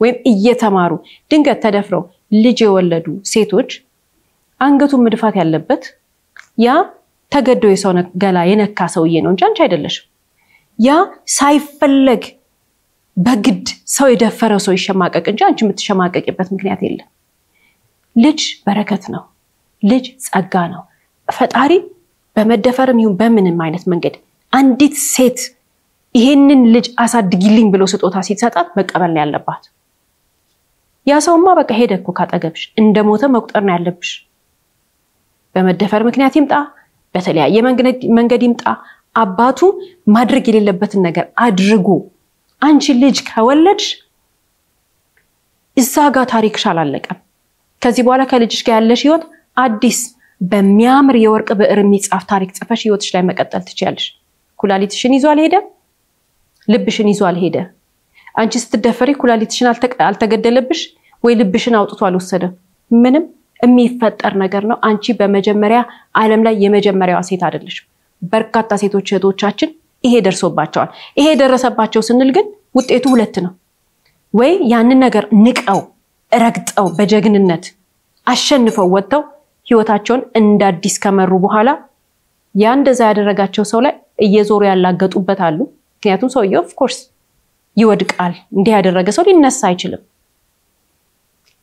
በስኬት የተበቀሉ አሉ ከዛ ደግሞ ተሰብሮ ይቀሩ አሉ ያንቺ ምርጫ የትኛው ነው አንድ ምርጫ ነው ያለ ውጤቱ ሁለት አይነት ነው ብለናል ምርጫችን ግን መሆን ያለበት ምንድነው አሸንፈን መውጣት ነው ይሄን ለማድረግ እንደ ሴት ልጅ በጣም ከባድ ነው ይሆነ እንደ መንገድ ላይ እንዳለ ቦይ ሽግር ብለን ነው የምናልፈው ነገር አይደለም ወይንም ደግሞ እዚህ ጋር የሆነ ነገር ቢያርፍብን ጥርግ እንደምናረጋው ቀላል አይደለም በጣም ከባድ ነው የአእምሮ ህክምና ያስፈልጋል ማህበረሰባችን ይሄንን ነገር ተቀብሎ ይህችን ልጅ ለመራት ባይችል ዝም የሚላት ከሆነና ከዛ በተጨማሪ ደግሞ የስነልቦና የምክር አገልግሎት እንድታገኝ የምናደርጋት ከሆነ በዚህ ምክንያት የሚሰበር እህት አይኖረንም በዚህ ምክንያት የምትሰበር ሴት አትኖረንም ወላጆች ልብ ማለት መቻል አለባቸው በድህነት ምክንያት ከወላጆቻቸው ጓዳ ወጥተው በቤት ሰራተኝነት ውስጥ የሚቀጠሩ እህቶቻችን ትልቅ ጥፋት ወይንም ደግሞ ትልቁ ቅጣት የሚደርስባቸው ትልቁ በደል የሚደርስባቸው ቤት ውስጥ ባለ በሚያሰራቸው ወንድ ነው እንዲህ አይነት ሁኔታ ተፈጥሮ አርግዘው ሲመጡ አቅፋችሁ ተቀበሏቸው ልጁን አሳድጉላቸው ይማሩ ይስሩ አንቺ ልጅሽን አሳድጊ ሂጂ እኔ ኃላፊነቱን እወጣለሁ ነው ማለት ያለበት ወላጅ ልጆቹ ራሳቸውን እስከሚችሉ ድረስ የወላጅነት እርዳታ መስጠት መቻል አለብን ወላጅነት ልጅ 18 ዓመት ሞላው 28 ዓመት ሞላው 38 48 58 68 78 98 እያለን እንሂድ እኛ እስከቻለን ድረስ እኛ በጉብዝና እየኖርን ከሆነና ልጃችን በየትኛውም እድሜ ላይ ሆና እንዲህ አይነት ነገር ከገጠማት የመጀመሪያ በጥንካሬ ራሳችንን አስተካክለን ልጆቻችንን ማገዝ ያለብን ብስል ወላጆች ተፈጠሩት ህፃናት ናቸው አያውቁትም በምን እንደመጡ አያውቁ ዘራችን እንዳይበላሽብን ዘራችን ከንቱ እንዳይሆንብን አንድ አመትም ለምናቶንም ያሳደግናቸው እኛ ለፍተንባቸዋል አይደል ወደ ዓለም ከወጡ በኋላ ለስራ ለትምህርት ወደ ሌላ ቦታ ከሄዱ በኋላ ልጆቻችን የማንጠብቀው ነገር ካደረጉ በተለይ እንደ ሴት ልጅ ከወለዱ በፍጹም ወላጆች ሂጂ ዲቃላሽን ይዘሽ ሂጂ እንዳትሉ ልጁን ተቀበላችሁ ሩጪ አምልጪ ህይወትሽን ገንቢ ስሪ ነው መባል ያለባት እንዲህ የሚያደርግ ወላጅ ብልህ ነው ራሱንም ያከብራል ልጁንም ያከብራል ዘሩንም ያከብራል በመደፈር ይምጣ ልጁ ግን ልጁ ናት የልጅ ልጅ ነው ተቀብሎ ያሳድጋል እንዲህ አይነት ወላጅ ምን ነው ከሆነ ራሳችንን ብቻ ሳይሆን ማህበረሰባችንንም እንደግፋለን ከዛ በተጨማሪ ደግሞ የጎረቤት ልጅ ያለ ትዳር ሲወልድ የጎረቤት ልጅ የሰፈር ሰው ወይኔ እንትና ልጅ ወለደች ትውለድ ይሄን ማቆም መቻል አለብን ብዙ ሴቶች ወደዛ ሰፈር አልሄድም ብለው መኖር የማይገባቸው ቦታ ይኖራሉ ይሄ የማህበረሰብ ወሬ ነው ሴት ልጆቻቸውን ልጅ ይወልዳል አንዳንዴ 18 ዓመት ሳይሞላቸው ይሄ የኛ ምላስ ነው ልጆቹ መጥተው ልጁን ለቤተሰብ እንዳይሰጡና ህይወታቸውን እንዳይቀጥሉ የሚያደርገው ይውለዱ በቃ ወለዱ ነው የተወለደ ልጅ ተመልሶ ቦሬ ስላወራንኛ አይዋጥ በቃ ተወልዷል ልክ ሌላው ሰው ያልወለደ ይመስል ምንድነው ህፃናቶቹን እንዲማሸማቀቅ ተደፍራ ከወለደች ምን ታድርግ ፈልጋም ይሆነ የወለደችው በቃ ተሳሳተች ወላጅ እስካልከበደው ወላጅ ለማሳደግ እስከፈለገ ድረስ እንዲህ አይነቱን ነገር የሚያወራ ሰው ስናገኝ እኔ ጎረቤት የመጣ የከሌ ልጅ ከወለደች ብላ ልታማልኝ ብትሞክር ደግ አረገች ነው ማለት እንዲህ ያረግን እርስ በራሳችን አንዱ ወረኛ ሸምቀቅ የሚያረግ ከሆነ እንዲህ አይነት ባህል ይጠፋል መጥፋት አለበት ልጆች ሲወልዱ ማሸማቀቅ የለብንም ሴት ልጆች ወልደው መጡ ማለት እርግማን ይዘው መጡ አይደለም በረከት ነው ይዘው የመጡት በምንም አይነት መንገድ ይወለድ ልጁ እንዳይፈጠር እናደርጋለን እንዲህ አይነት ነገሩ ሴት ልጆቻችን እንዳይገቡ ከወለዱ ግን ወለዱ ነው በቃ ይሄንን ባህል የምናደርግ ከሆነ ይሄንን ነገር የምንለማመድ ከሆነ እንደ ማህበረሰብ ሴት ልጅ ወልዳ ስትመጣ ማሸማቀቅ ምናቆም ከሆነ ሴት ልጆች አይቀጩም ሴት ልጆች ልጅ በመወለዳቸው ምክንያት ጓዳ ውስጥ አይቀሩም ሴት ልጆች ያለ እድሜያቸው ልጅ ወልደው ከቤተሰብ ከማህበረሰብ ከጎረቤት ለመደበቅ የሚያረጉት ጥረት ነው ዛሬ ጎዳና ላይ በርካታ ሴት ልጆች ልጅ ይዘው የተቀመጡት ይሄን አስተሳሰብ ምናቆም ከሆነ እናቷን የወለደችውንም እናት እናድናለን ህፃኑንም እናድናለን ከዛ በተጨማሪ ማህበረሰባችንን ፕሮቴክት እናደርጋለን ይሄን አስተሳሰብ ሁላችንም ሊኖረን ይገባል የዛሬ ባል ታሪካችን የቤት ሰራተኛዋና አዲሷ ሙሽራ ሁለት ነገር ተነግሯቸዋል ለመኖር ቻሉ ተብለዋል ውሸትን ደብቁ ዋጥ አርጉ ተብለዋል የቤት ሰራተኛዋ እሺ ብላለች ተደፍራም ያ ሁሉ ነገር ደርሶባትም እናትየው እንደዛ ትሪት ያደረጓት የሙሽራው እናት ስም ብላ ኖራለች ሙሽሪት ግን እምቢ ብላለች ሙሽሪት ግን ፍቃደኛ አይደለች ሙሽሪት ቻዩ ስትባል አልችልም ብላለች ለመኖር በሰላም ለመኖር ህይወታችን እንዲቀጥል አዎ ብዙ ምንችላቸው ነገሮች አሉ አዎ ብዙ ነገር ችላ ብለን በትዕግስት እናሳልፋለን ሰዎች እስኪረዱ ድረስ የሚቻልና ማይቻል ነገር ግን መለየት መቻል አለብን አንዳንድ ቻሉ ምንባላቸው ነገሮች መፈታት ነው ያለባቸው ችግሩ ፍትትት መደረግ ነው ያለበት እንጂ ቻል መደረግ አይደለም ያለበት አንዳንድ ቻሉ ምንባለው ነገር በምንም ተአምር ችለነው ሊያልፍ አይችልም ነገ ከሆነ ጊዜ በኋላ የሚፈነዳ ጓሮ ውስጥ የተቀበረ ቦምብ ነው የሚሆነው ልክ እንደ ዛሬ ባል ታሪኮቻችን አንዳንድ የቤተሰብ ሚስጥር አለ አይደል ቤተሰባችን ሚስጥራችን ብለው አጉል ጥፋትን እኮ ነው እንደሚሉት የቤተሰባችን ሚስጥር ነው የቤተሰብ ሚስጥር የሚባል ነገር የለም የቤተሰብ ሚስጥር ማለት ገበና ሁላችንም አለን የጥፋት ሚስጥር የዛሬ ባል ታሪኮቻችን ላይ ተመለከትነው የጥፋት ሚስጥር ነው ይሄ ውሸት ነው ውሸትን እውነት አስመስሎ የመኖር ሚስጥር ደግሞ በጣም አንዳንድ ሰው ይሄንን ሲያረግ ይካንበታል ይችልበታል ሽፍንፍንፍን ያረግና እዛ ውስጥ ግን ውስጡ የሚጎዳ በጣም ብዙ ሰው አለ የዛሬ ባል ታሪካችን ስንት ሰው ነው ይጎዱት ተመልክተናል እንደነዚህ አይነት ሁኔታዎች ሲኖሩ መቻል አይደለም ያለብን መታገስ አይደለም ያለብን ችግሩን መፍታት ነው ችግሩን ግን መፍታት ካልቻልንስ ከዛ ችግር ውስጥ ራሳችንን ማውጣት ነው ያለብን። ምክንያቱም ለልጅ የሚተላለፍ ጣጣ ነው አንዳንድ ጊዜ አንዳንድ ቤተሰብ ውስጥ ይዘን የምንመጣው ነገር ያልተረዳነው ነገር ካለ ኢንቫይሮንመንቱ ንጹህ ካልሆነ በተለይ እንደ ሴት ልጅ ህይወታችንን ልንገነባ ብዙ የምንሄድበት መንገድ አለ። ወንድም እንደዛ ብዙ ህይወት በራሱ 24 ሰዓት በራሱ በፈተና የተሞላ በጣም ብዙ ነገር አለ፣ ቻሌንጅ አለ። ይሄ ያለ ግን የቤተሰብ ሚስጥር ነው፣ የቤተሰብ እንደዚህ ነው ቻለው ቻዩ ብለው መቻቻል የሚባለውን ነገር የውሸት መቻቻል ሊጭኑብን ሲሞክሩ ችግሩን ለመፍታት ነው መጣር ያለብን። ችግሩ አልፈታ ካለስ ከዚህ ነገር ውስጥ ራሳችንን ማዳን መቻል አለብን። የኋላ ልፋታችን አለ አይደል? ማንም ሰው ዝም ብሎ ብቅል አይልም። ማንም ሰው ዝም ብሎ አልመጣም። ሁላችንም እስከዚህኛው ቀን ድረስ ስንደርስ የለፋንለት ህይወት አለ። እስከዚህኛው ቀን ድረስ ማንንም ያልነገርነው ብዙ ነገር አሳልፈን ይመጣል። ሁላችንም የተጨነቅንበት የደከምንበት ራሳችንን ስንገነባ ህይወታችንን ስንገነባ እስከዚህኛው ቀን ድረስ ብዙ ጣውረዶችን አሳልፈናል። ታዲያ ይሄንን ያሳለፍነው ዛሬ ላይ ለደረስንበት ነገር ነው። ነገ ደግሞ የተሻለ እንዲሆንልን ነው። በምን እዳችን ነው ታዲያ ዝም ብሎ የሆነ ቀን ህይወታችን ውስጥ የገባ ሰው መጥቶ ከኋላ የሰራነውንም ለወደፊት የምንሰራውንም በራሱ በሚስጥሩ በጣጣው ምክንያት እኛን እዛው ዝፍቅ አርጎን ህይወታችንን የሚቀየረው? ጭንቀት ክፉ ነገር ነው። ያንዳንድ ሰው ሚስጥር ጭንቀት ያስይዘናል። ከጎናችን ያለ በሆነ አጋጣሚ ያገኘነው ሰው እሱ ህይወት ውስጥ ወይንም እሷ ህይወት ውስጥ ያለ ጭንቀት ሚስጥራቸው በጣም ይጎዳናል። ልክ ዛሬ ያንን ሰው ካገኘነው ቀን በኋላ ህይወታችን የመቀየር እድል አለው። ያንን ሰው ካገኘን በኋላ ህይወታችንን በሰላም ስንኖር የነበረው ነገር የዕለት ተዕለት ተግባራችን ጭንቅላታችን ያን ነገር ማሰብ ይጀምራል። ጭንቅላታችን ማሰብ ብቻ እኮ አይደለም፣ ሰዓት ከ24 ሰዓት ስለዛ ነገር ለነሱ ሚስጥር ምናጠፋው ነገር ይኖራል። የነሱ ሚስጥር ለመጠበቅ የተግባራቸው ተባባሪ እንሆናለን። የነሱ ሚስጥር ለመደበቅ የሚያረጉትን ነገር እንከተላለን። ከዛ ሰላማዊ ህይወት ሰላማዊ ማንነት እያደገ የመጣ የህይወት መስመር የነበረን ሰዎች ድንገት ውርድ እንልና ከ5 ከ10 ዓመት በኋላ በሰው ሚስጥር ምክንያት እኛ ምን እንሆናለን? እንጎዳለን። የከሌ ሚስጥር ለመደበቅ ሲባል እከሌ ተጎዳች የሚባል በጣም ብዙ ታሪክ እናውቃለን። በማይመለከተን እንደኛ የሚያገባን የራሳችን ህይወት ነው። እንዲህ አይነት ልምምድን ማቆም መቻል አለብን።